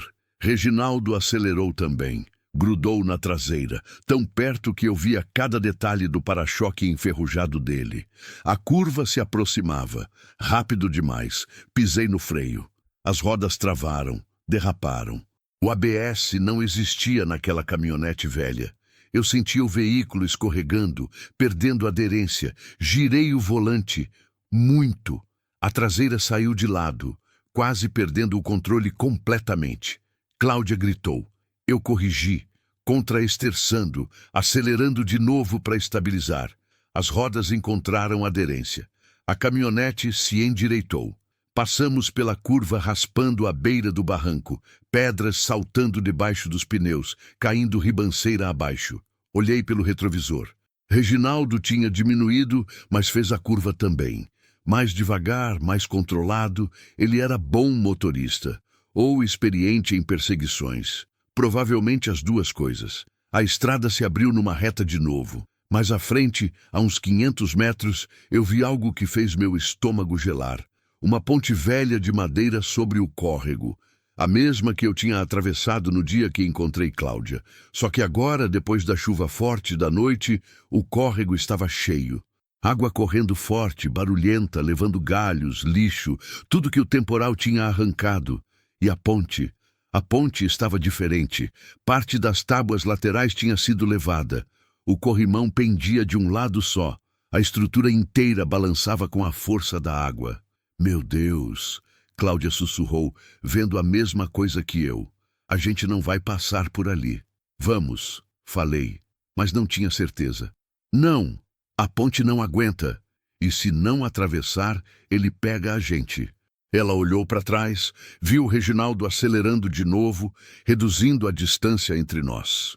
Depois olhou para frente, para a ponte balançando sobre a água suja e violenta. Eu prefiro morrer afogada do que voltar para ele, ela disse, e havia uma convicção tão absoluta naquelas palavras que me cortou por dentro. Acelerei. A distância até a ponte diminuiu. 400 metros. 300, 200. O barulho da água ficava mais alto. Eu via as tábuas se mexendo, rangendo, prestes a ceder. Não diminuí. Não podia. Se diminuísse, Reginaldo ia alcançar antes da ponte. E ali, sem testemunha, sem ajuda, ele ia fazer o que quisesse. 100 metros, 50. A ponte encheu o para-brisa. Velha, podre, frágil. Mas era a única saída. Segura! Gritei. Entrei na ponte em velocidade. As tábuas de madeira gemeram sob o peso. O barulho era ensurdecedor. Madeira rachando, água batendo nas vigas, o motor rugindo, Cláudia prendendo a respiração. A caminhonete balançou. A ponte balançou. Por um segundo, tudo pareceu em câmera lenta. Senti as tábuas cedendo debaixo dos pneus traseiros. Senti o veículo inclinando para a esquerda. Senti a gravidade puxando a gente para o córrego. Mas então as rodas dianteiras alcançaram o outro lado. Terra firme. Pisei fundo. A traseira arrancou das tábuas quebradas, saltou para frente, saiu da ponte num solavanco violento que jogou nós dois contra os cintos. Parei a caminhonete uns 50 metros depois. Desliguei o motor. O silêncio caiu como uma parede. Só o barulho da água, do vento, da nossa respiração ofegante. Cláudia olhou para mim, olhos arregalados, suor escorrendo pelo rosto. A gente conseguiu. Respirei fundo, tentando acalmar o coração que batia como tambor de guerra. Depois, olhei pelo retrovisor. Reginaldo tinha parado antes da ponte. Tinha descido da caminhonete. Estava parado ali, olhando para a ponte destruída, depois para nós do outro lado. A distância era grande demais para eu ver a expressão dele, mas não precisava ver. Eu sabia. Raiva, ódio e mais determinação ainda. Ele ficou ali parado por uns instantes. Depois voltou para a caminhonete, ligou o motor, deu ré e sumiu na poeira. Ele foi embora, Cláudia disse, voz cheia de alívio. Não foi embora, corrigi sério. Ele foi procurar outro caminho. Essa ponte não é a única forma de atravessar. Tem outra ponte uns 10 quilômetros rio acima. Vai demorar, mas ele vai dar a volta. O alívio no rosto dela morreu. Então a gente não está segura. Não, mas ganhamos tempo. E tempo é tudo que a gente precisa agora. Liguei o motor de novo. Segui pela estrada, mais devagar agora, mas ainda firme. Meu corpo inteiro tremia. Adrenalina, medo, raiva também. Raiva de ter que fugir. Raiva de não poder simplesmente parar e enfrentar. Mas eu sabia que não era tão simples. Homens como Reginaldo não lutavam limpo. E eu tinha Cláudia para proteger. Rodamos mais 20 minutos até avistar as primeiras casas de Corumbá de Goiás. Cidade pequena, pacata, ruas de paralelepípedo, casas simples, igreja no centro da praça. Tinha uma delegacia ali. Pequena, mas tinha. Estacionei na frente, desliguei o motor. Ficamos sentados ali por um momento, apenas respirando. Pronta? Perguntei. Ela olhou para o prédio. Paredes descascadas, porta de metal enferrujada, uma placa velha com Polícia Civil escrito. Não parecia muito, mas era o que tinha. "O de pronta", ela respondeu, embora a voz tremesse. Descemos. O sol já estava alto, queimando forte, o cheiro de poeira e asfalto quente. A cidade estava quieta, poucas pessoas na rua. Algumas olharam para nós com curiosidade quando entramos na delegacia. Dentro, o ar era abafado. Tinha um ventilador de teto que mal se mexia, apenas empurrando o ar quente de um lado para o outro. Uma mesa velha de madeira, cadeiras de plástico, um armário de arquivo enferrujado. Atrás da mesa, um policial de uns 30 anos, barriga saliente, uniforme meio aberto, olhava o celular com tédio. Ele levantou os olhos quando entramos. Olhou para mim, depois para Cláudia. Deixou o celular na mesa. "Bom dia. Em que posso ajudar?" "Bom dia", respondi. "A gente precisa registrar um caso. Violência doméstica, ameaça, perseguição." O policial suspirou, como se aquilo fosse mais um problema do que obrigação dele. Pegou um formulário, uma caneta. "Nome?" Cláudia hesitou. Olhou para mim. Fiz um gesto encorajador com a cabeça. Ela respirou fundo. "Cláudia Maria dos Santos. Idade? 24. Endereço?" Ela pausou. Eu não tenho. Fugi de casa." O policial olhou para ela pela primeira vez com mais atenção. Viu o rosto machucado que ela tinha tentado esconder com o cabelo. Viu o jeito que ela se encolhia, como se esperasse ser atacada a qualquer momento. Fugiu de quem? Do homem com quem eu morava. Reginaldo Ferreira da Costa. O policial anotou o nome, depois olhou para mim. "E o senhor é João Pereira da Silva. Eu a encontrei na estrada, dei abrigo, mas o homem apareceu na minha fazenda ontem. Fez ameaças. Hoje ele nos perseguiu, quase causou um acidente." O policial franziu a testa. "Perseguiu como?" "De carro. Tentou encostar a gente, tentou nos fazer sair da estrada. A gente conseguiu escapar por pouco. Vocês têm prova disso?" "Prova?" repeti, sentindo a irritação subir. "A ponte velha do córrego seco está destruída, porque a gente teve que atravessar em velocidade fugindo dele. Isso não é prova suficiente?" "A ponte estava ruim faz tempo", o policial disse monótono. "Choveu forte ontem. Podia ter caído sozinha." Olhei para ele incrédulo. Cláudia apertou meu braço, me pedindo para não explodir. "Escuta, Continuei tentando manter a calma. Esse homem é perigoso. Ele batia nela. Ameaçou o filho dela. Não vai parar enquanto não encontrar ela. A senhora precisa de medida protetiva. O policial coçou a barriga pensando. Depois suspirou de novo. Olha, eu entendo a situação. Mas para medida protetiva precisa de boletim de ocorrência formal, exame de corpo de delito, testemunhas, processo. Demora dias, às vezes semanas. E enquanto isso ela fica desprotegida? Perguntei, a voz subindo de tom. Eu não faço as regras, seu João. Só cumpro. Cláudia começou a tremer. Eu vi as lágrimas se formando nos olhos dela. Ela tinha colocado a esperança naquela delegacia e estava sendo despedaçada. Por favor, ela disse, voz quebrando. Ele vai me matar. Se ele me pegar de novo, ele me mata ou mata meu filho. Eu sei disso. A voz dela falhou. Desabou em soluços. Eu segurei ela pelos ombros firme. O policial olhou para ela com algo parecido com compaixão. Talvez ele tivesse visto muitos casos assim. Talvez ele estivesse cansado de não poder fazer nada. Ou talvez ele simplesmente não se importasse o suficiente. Eu posso registrar o boletim hoje, ele disse finalmente. Vou anotar tudo. Vou passar para o delegado, mas não posso prometer nada. O senhor entende, né? Entendo, falei, embora não entendesse nada. Mas o que a gente faz enquanto isso? Como a gente protege ela? Fiquem longe dele, evitem lugares públicos, não saiam sozinhos. E se ele aparecer de novo, ligam para cá imediatamente. E vocês vêm? Ele hesitou. Depende de onde vocês estiverem. A fazenda do senhor é longe. Demora pelo menos 40 minutos para chegar lá. 40 minutos é tempo suficiente para ele fazer qualquer coisa. Eu sei, o policial disse baixo, mas é o que eu posso oferecer. Fiquei olhando para ele, queria gritar, queria virar a mesa, queria fazer ele entender que não era só papelada, não era só protocolo, era vida. Era sangue, era uma mulher e um bebê indefesos, mas eu sabia que não ia adiantar. Ele era só mais uma engrenagem num sistema que não funcionava. Vamos fazer o boletim, falei resignado. Passamos a próxima hora ali. Cláudia contou tudo, cada soco, cada xingamento, cada ameaça. O policial anotava tudo com a mesma expressão entediada, como se fosse só mais um caso, mais um número. Mais uma pasta esquecida numa gaveta.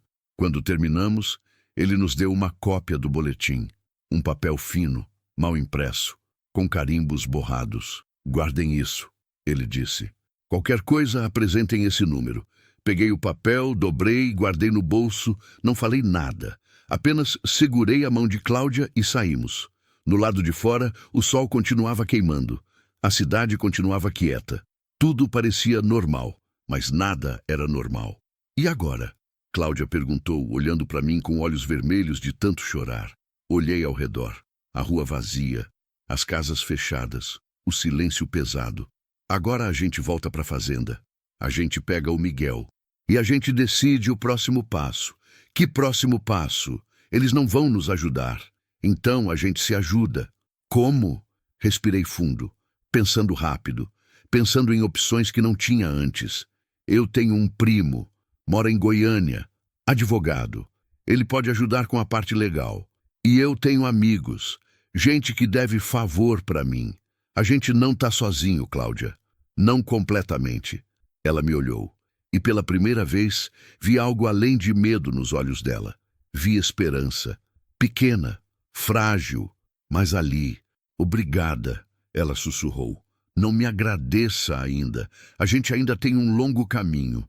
Entramos na caminhonete. Liguei o motor. Saímos da cidade pela estrada principal, evitando a ponte quebrada. Ia demorar mais, mas era mais seguro. Durante o caminho, fiquei pensando em Reginaldo, pensando que ele não ia desistir, pensando que a próxima vez que nos encontrássemos, não ia ter ponte para nos salvar. E pensando que, quando esse momento chegasse, eu ia ter que estar pronto para tudo. Quer que eu continue com o capítulo 7? Se você ou alguém que você conhece está passando por um momento difícil, há suporte gratuito disponível. Encontrar recursos, continue e alongue o próximo 20 por 52. Capítulo 7. O cerco se fecha. Chegamos na fazenda por volta do meio-dia. O sol estava no ponto mais alto, queimando sem piedade. O terreiro parecia deserto, mas eu sabia que não estava. Dona Irene devia estar dentro de casa com Miguel, protegendo ele do calor. Estacionei perto da varanda, desliguei o motor. O silêncio que caiu foi pesado. Não era o silêncio de paz, era o silêncio de espera, como se a própria terra estivesse segurando a respiração. Cláudia desceu rápido, quase correndo para dentro de casa. Eu a segui mais devagar, olhando ao redor, verificando se tinha algo fora do lugar. Os peões estavam no pasto distante, trabalhando como sempre. Zé Carlos consertava uma cerca. Joaquim levava sal para os coxos. Tudo normal. Mas meu instinto gritava que algo estava errado. Não conseguia dizer o quê, apenas sentia. Dentro da casa, encontrei Cláudia abraçada com Miguel. O bebê choramingava baixinho, com fome, mas ao ouvir a voz da mãe se acalmou. Dona Irene estava na cozinha, preparando o almoço. O cheiro de comida subia, feijão, arroz, carne de panela. Cheiro de normalidade em meio ao caos. Vocês voltaram, Dona Irene disse, olhando para nós com alívio. Graças a Deus. Eu fiquei preocupada. Demorou muito. Tivemos problemas no caminho, falei, não querendo entrar em detalhes na frente dela. Ela me olhou com aqueles olhos de quem sabe quando estão escondendo algo, mas não insistiu. Apenas assentiu e voltou para a panela. Almoço tá quase pronto. Sentem. Vocês precisam comer. Cláudia subiu com Miguel, disse que ia amamentar ele e trocar a roupa.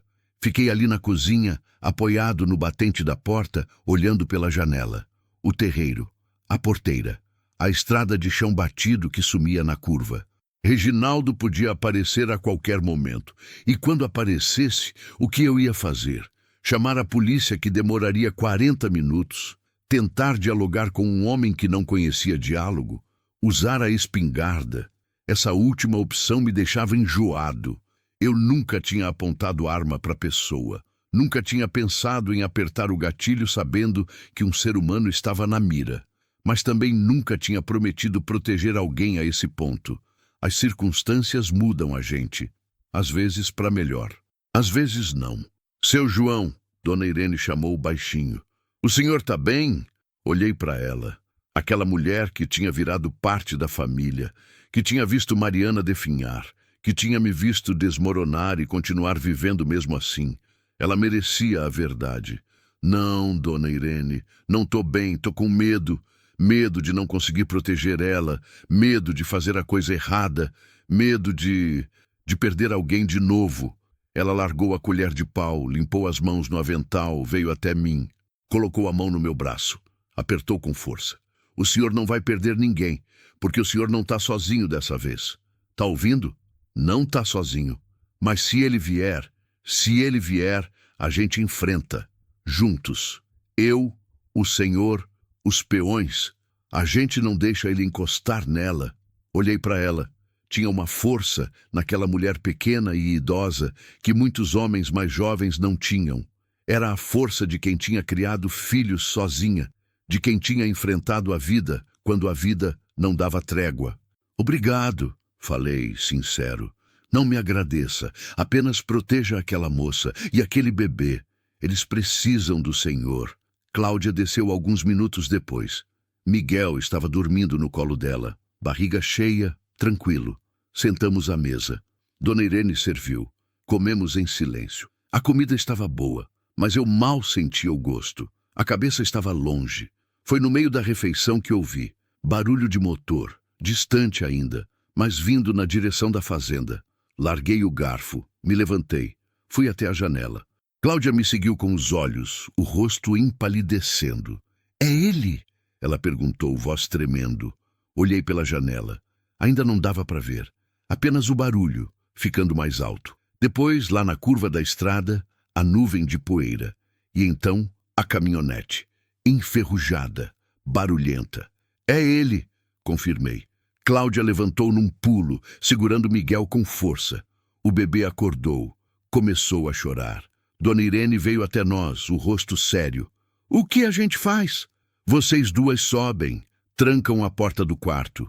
Não descem por nada, eu lido com ele. Sozinho? Cláudia perguntou desesperada. Ele vai te machucar. Eu não vou deixar ele entrar na casa. Falei, firme. Confie em mim. Ela hesitou. Depois assentiu. Subiu as escadas correndo, Dona Irene atrás dela. Ouvi a porta do quarto fechar, a chave girando na fechadura. Respirei fundo. Fui até o armário da sala. Abri, peguei a espingarda. Verifiquei. 2 cartuchos. Carregada. Pronta. Segurei ela com as 2 mãos, sentindo o peso. O peso da madeira, o peso da decisão, o peso de tudo que podia acontecer nos próximos minutos. Saí pro alpendre. A caminhonete de Reginaldo estava parando no meio do terreiro. Motor desligou. Porta abriu. Ele desceu. Devagar, confiante. Olhou para casa. Viu eu com a espingarda. Sorriu. Seu João, ele chamou. Voz arrastada, debochada. Que recepção hostil. Sai da minha propriedade. Respondi, voz firme. Espingarda apontada para o chão ainda, mas pronta para subir. Eu só quero o que é meu, ele disse dando um passo para frente. Minha mulher, meu filho. Não é pedir muito. Ela não quer voltar. Ela não sabe o que quer. Tá confusa, doente, precisa de ajuda. A única coisa que ela precisa é ficar longe de você. Ele parou de sorrir. O rosto endureceu. Com todo respeito, mas o senhor não sabe de nada. Não conhece ela. Não sabe o que ela é capaz. Não sabe as mentiras que ela conta. Eu sei o suficiente. Sei que ela fugiu 3 vezes. Sei que ela prefere dormir na estrada do que ficar com você. Isso diz tudo. Ele deu mais um passo. Eu não quero problema com o senhor. De verdade. Mas ela é minha responsabilidade e eu vou levá-la de volta, com ou sem sua permissão. Levantei a espingarda, apontei para ele. Não pro peito, pro chão na frente dos pés. Aviso. Dá mais um passo e eu atiro. Ele parou. Olhou para a espingarda, depois para mim, avaliando, calculando as chances. O senhor não vai atirar, ele disse, com certeza na voz. O senhor não é assassino. Não, mas sou protetor e vou fazer o que for preciso, mesmo que isso signifique cadeia, porque é isso que vai acontecer, seu João. O senhor atira em mim, o senhor vai preso. E aí quem protege ela? Maldito. Ele estava certo e sabia disso. Vi nos olhos dele a confiança, a certeza de que eu não ia apertar o gatilho. Ficamos ali parados, nos encarando. O sol queimava, o suor escorria pelo meu rosto. As mãos seguravam firme a espingarda, mas dentro de mim a dúvida corroía. Foi quando ouvi o barulho de caminhonete vindo pela estrada de novo. Olhei de relance. Era Zé Carlos, voltando do pasto com Joaquim. Eles viram a cena. Viram Reginaldo. Viram eu com a espingarda. Pararam a caminhonete. Desceram. Zé Carlos pegou um pedaço de pau grosso que usava para espantar cobra. Joaquim pegou uma foice. Vieram caminhando até o terreiro, se posicionando ao meu lado. Tem problema, seu João? Zé Carlos perguntou, olhando para Reginaldo com desconfiança. O senhor aqui está na propriedade alheia sem permissão. Joaquim completou, a voz grave, ameaçadora. Reginaldo olhou para os 3. Depois sorriu de novo. Mas era um sorriso nervoso agora. Ele não esperava reforço. Olha só, virou feira, virou proteção. Corrigi. E agora é 3 contra 1. Então eu sugiro que você volte para sua caminhonete e saia daqui, enquanto ainda pode. Ele ficou parado, avaliando. Olhou para casa, tentando ver alguma janela, algum sinal de Cláudia. Depois olhou de volta para nós. Isso não acaba aqui, ele disse, baixo, mas cheio de veneno. Vocês não podem ficar vigiando ela 24 horas por dia. Uma hora vocês vão bobear. E quando isso acontecer, eu vou estar lá. Se você encostar nela de novo, vai ter que me matar primeiro. Falei, e cada palavra era verdade. Ele me olhou para os peões, depois cuspiu no chão e voltou para a caminhonete. Entrou, bateu a porta com força. Ligou o motor, acelerou o motor fazendo barulho e saiu do terreiro em alta velocidade, levantando poeira vermelha que demorou para baixar. Quando o som do motor sumiu na distância, baixei a espingarda. As pernas tremiam, as mãos tremiam, o corpo inteiro liberando a adrenalina acumulada. Obrigado, falei para os peões. A gente tá junto, seu João, Zé Carlos disse batendo no meu ombro. Homem assim não merece respeito. A senhora do senhor tá em perigo? Joaquim perguntou. Não é minha senhora, mas sim tá em perigo. Grande perigo. Eles assentiram. Não fizeram mais perguntas. Apenas voltaram para o trabalho, mas antes, Zé Carlos se virou. A gente vai ficar de olho. Se ele aparecer de novo, a gente avisa. Obrigado. Eles foram embora. Entrei na casa. Subi as escadas. Bati na porta do quarto. Sou eu. Ele foi embora. A porta abriu. Cláudia estava lá, pálida, tremendo, segurando Miguel contra o peito. Dona Irene ao lado dela, também assustada. Ele foi? Cláudia perguntou, voz fina. Foi, mas ele vai voltar. Ele deixou isso bem claro. Ela desabou. Não em choro, em cansaço. Um cansaço profundo, antigo, que vinha de dentro da alma. Eu não aguento mais, ela sussurrou. Não aguento mais fugir, não aguento mais ter medo. Eu só queria paz, só isso. Entrei no quarto, me ajoelhei na frente dela, segurei as mãos dela nas minhas. Eu sei que você está cansada, mas a gente não pode desistir agora. A gente chegou longe demais. Mas até quando? Até quando eu vou ter que viver assim? Não tinha resposta, não tinha prazo, não tinha garantia. Apenas a verdade. Até a gente encontrar uma solução definitiva. Que solução? Eu não sei ainda, mas a gente encontra. Juntos. Ela olhou para mim, os olhos vermelhos, inchados, desesperados. Mas também havia algo ali. Confiança. Pequena, frágil, mas crescendo. Por que o senhor está fazendo isso? De verdade. Por quê? Respirei fundo, olhei para Mariana na foto emoldurada na parede, olhei de volta para Cláudia. Porque eu perdi alguém que eu podia ter salvado, minha irmã, e jurei que nunca mais ia deixar isso acontecer. E porque pela primeira vez em 3 anos, eu tenho uma razão para acordar de manhã, uma razão para lutar. E essa razão é você e o Miguel. As lágrimas escorreram pelo rosto dela, mas não eram lágrimas de desespero. Eram de algo mais profundo, gratidão, reconhecimento, conexão. Obrigada, ela sussurrou. Não me agradeça ainda. Naquela noite ninguém dormiu direito. Eu fiquei no alpendre de novo, espingarda ao lado. Zé Carlos e Joaquim se ofereceram para fazer turnos de vigia. Dona Irene ficou no quarto com Cláudia e Miguel. A casa inteira estava em alerta. A lua estava cheia, iluminava tudo como dia. Cada sombra, cada movimento, cada barulho era motivo de tensão. Eu via vultos que não existiam. Ouvia motores que eram apenas vento. O medo faz isso com a gente. Transforma o mundo num lugar hostil.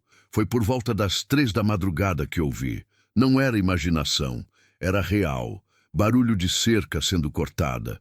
Metal rangendo, arame sendo arrancado, longe, na divisa da propriedade. Me levantei, peguei a espingarda, desci do alpendre. Zé Carlos apareceu vindo da casa dos funcionários, também alerta. O senhor ouviu? Ele perguntou. Ouvi. Cerca norte. Vou acordar o Joaquim. Não. Você fica aqui. Protege a casa. Eu vou ver. Sozinho? Sozinho. Não esperei resposta. Atravessei o terreiro, entrei no mato fechado que levava até a divisa norte. A lua iluminava o caminho. O cerrado era denso ali, cheio de arbustos espinhosos, árvores retorcidas. O barulho continuava, metálico, deliberado. Caminhei devagar, espingarda pronta, o coração batendo forte, a respiração controlada. E então eu vi Reginaldo, cortando a cerca com um alicate. Já tinha feito uma abertura grande o suficiente para passar. Ele não estava sozinho. Tinha outro homem com ele. Mais jovem, magro, tatuado. Ambos carregavam facões. Parei a uns 20 metros. Levantei a espingarda. Apontei. Parem agora. Eles congelaram, se viraram. Viram eu. Reginaldo sorriu. Aquele maldito sorriso. Seu João. Que surpresa. Última chance. Saem agora ou eu atiro. O senhor não vai atirar, ele repetiu, com a mesma certeza de antes. E sabe por quê? Porque o senhor é homem de bem. Homem de bem não mata. Homem de bem protege o que é seu. E ela não é sua. Não, mas também não é sua. Não mais. Ele deu um passo para frente. O outro homem também, ambos segurando os facões. Última chance, seu João. Entrega ela. A gente vai embora. Ninguém se machuca. Não. Então a gente vai ter que fazer isso do jeito difícil. Ele avançou, rápido. O outro homem também. Eu não pensei, apenas agi. Apertei o gatilho. O estrondo rasgou a noite. O coice da espingarda bateu no meu ombro. O chumbo passou raspando na frente de Reginaldo, acertando o tronco de uma árvore atrás dele. Lascas de madeira voaram. Ele parou. O outro homem parou. Silêncio. Apenas o eco do tiro morrendo na distância. O próximo não erra, falei firme. Eu juro que não erra. Reginaldo olhou para mim. Pela primeira vez, vi algo diferente nos olhos dele. Não era medo, mas era respeito. Respeito por perceber que eu falava sério. Tá bom, ele disse, baixo. Tá bom, a gente vai. Mas isso não acaba aqui, seu João. Não acaba. Ele deu ré. O outro homem também. Passaram pela cerca cortada, voltaram para onde tinham deixado a caminhonete escondida no mato. Ouvi o motor ligando, ouvi eles indo embora. Apenas quando o som sumiu completamente, baixei a arma. O corpo inteiro tremia. Não de medo, de choque, de perceber o quão perto eu tinha chegado de matar um homem. Voltei para casa. Zé Carlos estava no terreiro, preocupado. Tá tudo bem? Tá. Mas a gente precisa consertar a cerca. E a gente precisa de mais vigilância. Ele vai voltar. E da próxima vez vai trazer mais gente.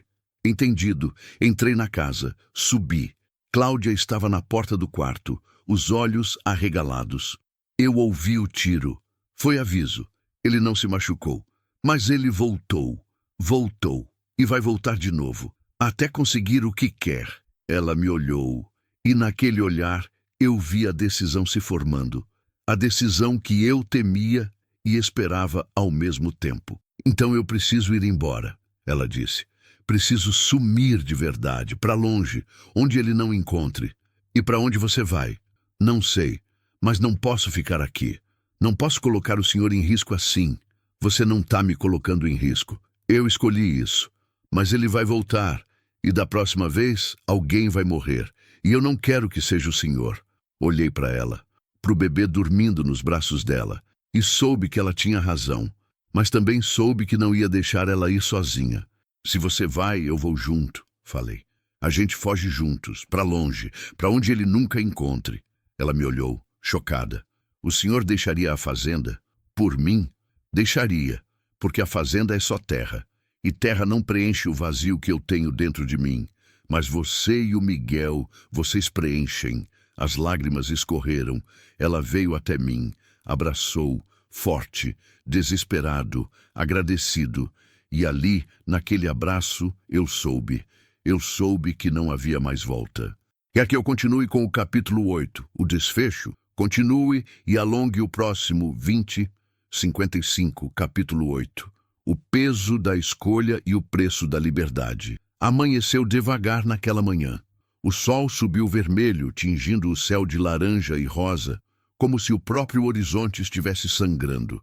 Eu tinha passado o resto da noite no alpendre pensando na decisão que tinha tomado, pensando em abandonar a fazenda, abandonar a terra que Mariana e eu tínhamos construído juntos, abandonar as memórias, os cantos onde ela ainda respirava, os lugares onde eu ainda sentia a presença dela. Mas também pensando em Cláudia, em Miguel, em como, pela primeira vez em 3 anos, eu tinha sentido algo além de dor. Tinha sentido propósito. Tinha sentido que minha vida ainda significava alguma coisa para alguém. E isso valia mais do que terra, mais do que memória, mais do que o passado que eu tinha passado tanto tempo tentando preservar. Dona Irene foi a primeira a descer. Encontrou eu ali, sentado na cadeira de balanço, olhando o nada. Ela não falou nada no começo, apenas preparou café, trouxe uma caneca fumegante, colocou na minha mão. Sentou na outra cadeira. O senhor decidiu, ela disse. Não era pergunta, era constatação. Decidi. Vai deixar a fazenda. Vou, por um tempo pelo menos, até as coisas se acalmarem, até ela estar segura. Dona Irene ficou quieta, tomou um gole do próprio café, olhou para o horizonte que clareava. Dona Mariana ia entender, ela disse finalmente. Ela tinha um coração grande, ela ia querer que o senhor fizesse isso. As palavras acertaram fundo, fechei os olhos, senti o aperto na garganta. Será? Tenho certeza, porque ela amava o senhor. E quem ama de verdade quer que a pessoa seja feliz. Mesmo que isso signifique seguir em frente. Seguir em frente. As duas palavras que eu tinha evitado por 3 anos. Como se seguir em frente fosse trair. Como se viver fosse desrespeitar a memória dela. Mas Dona Irene tinha razão.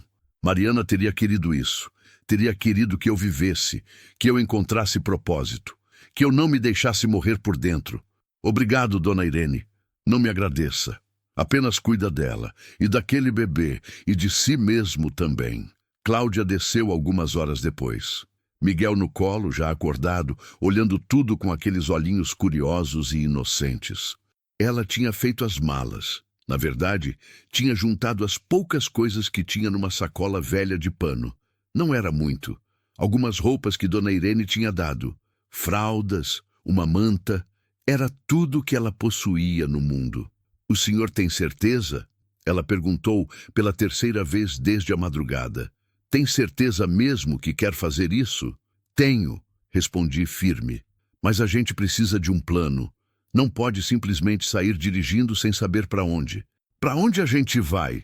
Tinha pensado nisso a noite toda. Precisava ser longe, longe o suficiente para Reginaldo não encontrar facilmente. Mas também precisava ser um lugar onde a gente pudesse começar de novo. Um lugar com oportunidades, com anonimato. São Paulo, falei. Capital, cidade grande, fácil de se perder no meio de tanta gente. E eu tenho um conhecido lá, um amigo dos tempos de juventude. Ele pode ajudar a gente a se instalar, arrumar trabalho, lugar para morar. Mas e a fazenda? E Dona Irene? E os peões? Dona Irene fica tomando conta. Os peões continuam o trabalho. Eu deixo o dinheiro para manutenção de 6 meses. E digo que é viagem de negócios. Ninguém precisa saber a verdade completa. E se o Reginaldo voltar? Ele vai voltar. Mas não vai encontrar a gente. Vai encontrar uma casa vazia. E vai perceber que a gente sumiu. Cláudia assentiu. Havia medo ainda nos olhos dela, mas também havia algo novo, determinação, força. A força de quem tinha decidido que não ia mais ser vítima, que ia lutar, que ia sobreviver. Quando a gente sai? Hoje, agora. Antes que ele volte com mais gente. Antes que seja tarde demais. Levei 2 horas para organizar tudo. Chamei Zé Carlos. Expliquei a situação de forma vaga. Disse que tinha que viajar urgente, que era questão de família, que ele ficava responsável pela fazenda enquanto eu estivesse fora. Ele não fez muitas perguntas. Apenas assentiu. Disse que dava conta, que eu não precisava me preocupar. Fui até o banco na cidade, saquei uma quantia boa em dinheiro. Não queria usar cartão. Cartão deixava rastro. Dinheiro era anônimo. Voltei. Separei parte para o Zé Carlos administrar a fazenda. O resto guardei numa bolsa velha de lona que eu tinha usado em viagens antigamente. Dona Irene preparou comida para a viagem. Sanduíches, frutas, garrafas d'água, biscoitos, leite em pó para o Miguel. Encheu uma caixa térmica. Colocou tudo no banco de trás da caminhonete. Fui até o quarto que tinha sido meu e de Mariana. Abri a porta pela primeira vez em meses. O cheiro dela ainda estava ali, fraco, mas presente. Fui até o guarda-roupa, peguei a foto de casamento que ficava na mesinha de cabeceira, olhei para ela, para o sorriso dela, para os olhos brilhantes, cheios de vida, de esperança, de futuro. Desculpa, sussurrei. Desculpa por não ter sido forte o suficiente para continuar aqui sem você. Mas eu preciso fazer isso. Preciso salvar ela. Como eu não consegui salvar a minha irmã, como eu não consegui salvar você, dessa vez eu preciso conseguir. Guardei a foto na mochila, fechei o guarda-roupa, olhei o quarto uma última vez e saí. Por volta do meio-dia estava tudo pronto. A caminhonete abastecida, a caixa térmica cheia, as bolsas no banco de trás.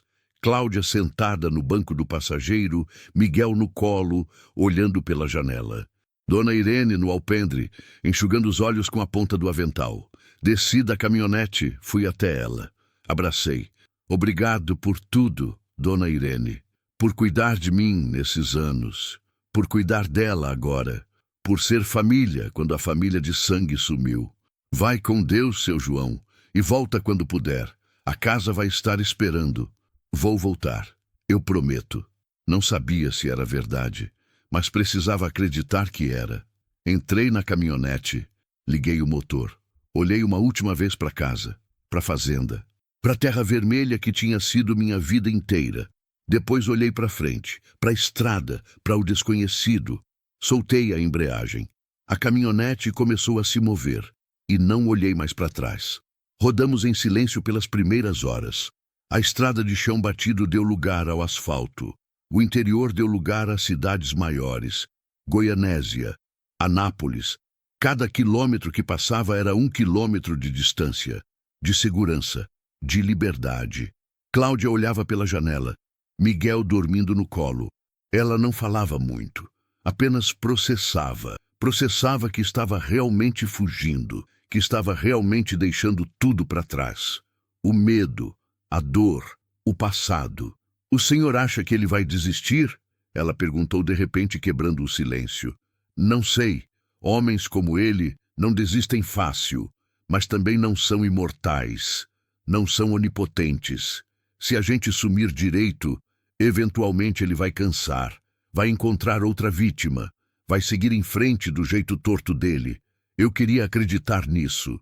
Então acredita, porque a alternativa é viver com medo pro resto da vida. E a gente não merece isso, nem eu, nem você, e principalmente não o Miguel. Ela olhou pro filho, acariciou o cabelo fino, escuro. Depois olhou para mim. Por que o senhor é assim? Como assim? Bom, decente. Disposto a perder tudo por alguém que nem conhece direito? Pensei na resposta. Na verdade, por trás da pergunta. Porque eu já perdi tudo uma vez. E descobri que ter tudo não significa nada se você não tem ninguém. E agora eu tenho vocês. E isso é mais do que eu tive em 3 anos. Ela segurou minha mão. Apertou. Não falou nada. Não precisava. Paramos numa cidade chamada Itumbiara, na divisa entre Goiás e Minas Gerais, para abastecer e comer alguma coisa. Entrei num restaurante simples de beira de estrada. Comemos em silêncio. Arroz, feijão, bife, batata frita, comida comum, mas que sabia a recomeço. Quando voltamos para a caminhonete, vi um homem olhando para nós. Alto, de boné, parado perto de um carro. Ele não disfarçou, apenas olhou, direto, como se estivesse avaliando. Meu instinto gritou perigo. Entra, falei para Cláudia, baixo, mas firme. O quê? Entra na caminhonete. Agora. Ela percebeu o tom. Entrou rápido. Eu dei a volta, entrei no banco do motorista, tranquei as portas. O homem continuou olhando. Não se mexeu. Apenas observou a gente sair do estacionamento. Era ele? Cláudia perguntou, tremendo. Não sei, mas não vou arriscar. Acelerei. Saí da cidade mais rápido do que devia. Olhei pelo retrovisor. O homem continuou parado. Não nos seguiu, mas o medo tinha voltado. Porque a gente sabia que Reginaldo tinha contatos. Tinha gente que devia favor